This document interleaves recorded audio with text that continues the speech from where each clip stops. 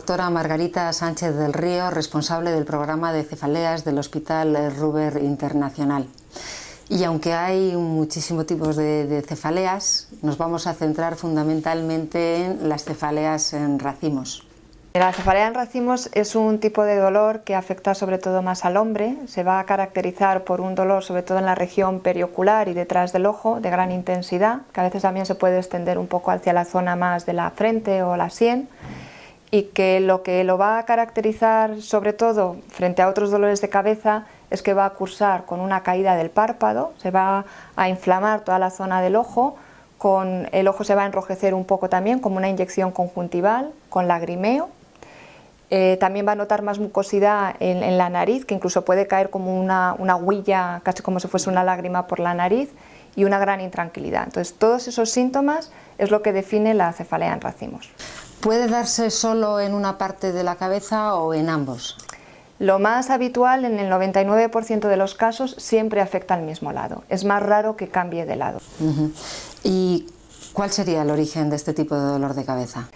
El origen cierto todavía no se conoce, pero todos los datos de investigación y de estudios hormonales apuntan a que es el hipotálamo el que está funcionando mal. El hipotálamo es una estructura dentro del cerebro que funciona como un reloj biológico y controla nuestros ciclos de sueño y estar despierto, y se ve muy influido por los cambios de estación. Por eso una de las cosas que caracteriza la cefalea en racimos, y de ahí también el nombre, es que de repente se empiezan a agrupar los ataques, y en una época del año típica para cada paciente, que puede ser o la primavera o el otoño, el paciente empieza a tener este acúmulo de ataques, que puede variar desde 1 hasta 8 al día durante semanas o a veces meses, y luego de repente para y está totalmente sin nada de dolor hasta el siguiente ciclo. De ahí la palabra cefalea en racimos. Sin embargo, también hay pacientes crónicos. Correcto, aproximadamente como en un 25% de los pacientes lo que sucede es que no tienen estos periodos libres de dolor, y a lo largo de todo el año, y por lo menos durante un año, están continuamente teniendo los ataques. Es posible que un mal funcionamiento del hipotálamo sea el origen de las cefaleas en racimo. Pero ¿qué hace que una persona que, por ejemplo, tiene 20 años y en 20 años no ha tenido nunca ningún problema, de repente padezca cefaleas en racimo?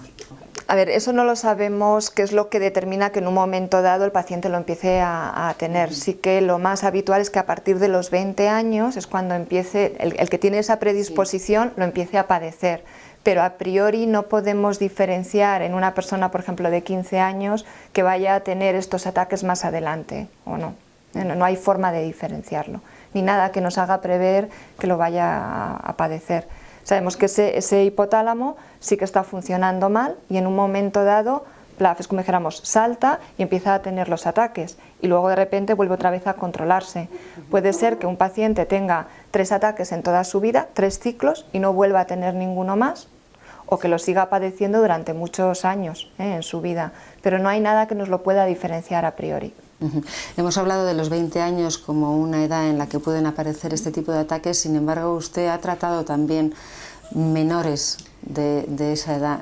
Sí, pero suele ser lo excepcional, O sea, ha habido niños mucho más pequeños, yo recuerdo un caso, pero como una excepción, de un niño de 3 años tener unos cuadros parecidos a esto. Pero eso es la excepción. Lo habitual es que a partir de los 20, como la edad, digamos, más temprana, empiecen a tener los primeros ataques, y lo más típico, la mayor prevalencia suele ser entre los 30 y los 50, ¿no? Justo cuando tienes pues mayor carga familiar, social y laboral, es cuando justo más te está afectando el dolor. ¿Existe un tratamiento común a todos los pacientes que sufren o padecen cefaleas en racimo? Sí, lo más habitual es que siempre empecemos con un tratamiento farmacológico, y hay diferentes fármacos que se pueden ir utilizando para diferentes objetivos durante el ataque, ¿no? Va a haber tratamiento sintomático en el momento que estoy teniendo el ataque, que rápidamente me elimine ese dolor que nos puede durar desde 30 minutos a varias horas de media. Pero también hay que poner un tratamiento que de alguna forma me meta en remisión, para que el siguiente ataque no aparezca, y un tratamiento preventivo que me cubra bien todo el periodo sintomático que para cada paciente puede variar pues a veces de semanas hasta meses. Entonces, ese es el primer escalón y en general la gran mayoría de los pacientes se van a poder controlar con el tratamiento farmacológico. Una vez que pasa el periodo vulnerable del paciente, como sabemos que entra en remisión y que no va a tener ningún ataque más, pues no tiene ningún sentido seguir con el tratamiento. Y otra vez cuando volvamos al siguiente periodo sintomático del paciente, volveríamos otra vez a reintroducir el fármaco. Incluso en los pacientes que tienen la cefalea en racimos crónica, la gran mayoría de ellos se sigue controlando con el fármaco, y solo en aquel porcentaje de los crónicos que llamamos que son refractarios, es decir, que no responden a ningún fármaco, estando seguros de que se ha administrado el fármaco de la dosis correcta, durante el tiempo adecuado, incluso a veces a combinación de medicaciones. Entonces, en esos casos que todo falla y que el paciente sigue teniendo sus ataques, entonces cuando vamos al tratamiento no farmacológico, que generalmente se utilizan los estimuladores. Estimuladores, y antes del estimulador, bueno, también meteríamos como farmacológico el oxígeno, entiendo. Generalmente los tratamientos sintomáticos tienen que ser fármacos que funcionan como analgésico y que en un tiempo muy breve, generalmente 5 o 10 minutos, nos tiene que eliminar el dolor. Porque si el dolor dura 30 minutos, metemos una pastilla que va a empezar a funcionar 30 minutos más tarde, no la hemos tomado para nada. Entonces, aquí está, dentro del tratamiento farmacológico, si queremos, sería el oxígeno, o bien ya el grupo de medicación que se llaman los triptanes, que tiene que ser o bien un inyectable o bien un spray nasal, por la rapidez de acción. Hemos hablado también de los tratamientos quirúrgicos de los estimuladores. ¿Está comprobado que funcionan en el caso de las cefaleas en racimos? Correcto, sí. Generalmente se considera que los estimuladores vienen a funcionar pues aproximadamente como en un 70% de los pacientes que tienen esta cefalea en racimos crónica.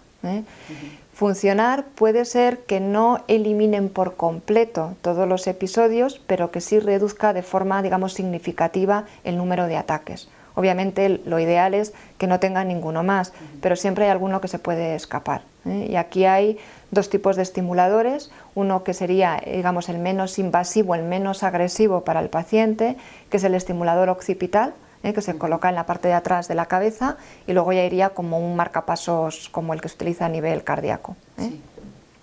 Y luego el otro, que es realmente hoy en día el protocolo indica que primero hay que utilizar el occipital, y si el occipital fallase o no se obtuviese todo el beneficio que uno quiere, entonces se va a utilizar el cerebral profundo, que es colocarlo en una zona muy próxima al hipotálamo, esta estructura que está funcionando mal en los pacientes con cefalea en racimos. ¿Cuántas operaciones de este tipo se llevan a cabo en España en un año, por ejemplo? Se llevan a cabo muy pocas. Del estimulador cerebral profundo, muy pocas. Probablemente en toda España haya como unos 10 o 15, 20 a lo máximo, utilizando el estimulador cerebral profundo. Varía un poco la cifra porque no hay un registro que nosotros utilicemos a nivel nacional y que podamos decir con precisión cuántos hay a nivel nacional, ¿no? Luego cada hospital funciona un poco independiente. Pero con el estimulador occipital, desde luego, muchos más, porque como es mucho más fácil y es menos agresivo para el paciente, digamos que es un escalón anterior al cerebral profundo. ¿A qué porcentaje de la población afectan las cefaleas en racimos? Pues por suerte a un porcentaje muy pequeño. Esto varía un poco de diferentes estudios que se han hecho en diferentes países, pero generalmente se estima que aproximadamente un 0,1% de la población padece cefalea en racimos. ¿Y los tratamientos que se llevan a cabo en España, cómo han evolucionado en los últimos años? Pues sin lugar a dudas, equiparable el tratamiento que se hace en España con cualquier otro país del mundo. Hoy en día, como la información, hay acceso a la misma de forma muy rápida, no se hace nada aquí que no se haga en Estados Unidos o en cualquier otro país europeo. Estamos realmente a la última. Y el problema es que realmente en fármacos se ha avanzado muy poco en los últimos años, pues en los últimos 20-30 años estamos prácticamente utilizando los mismos fármacos.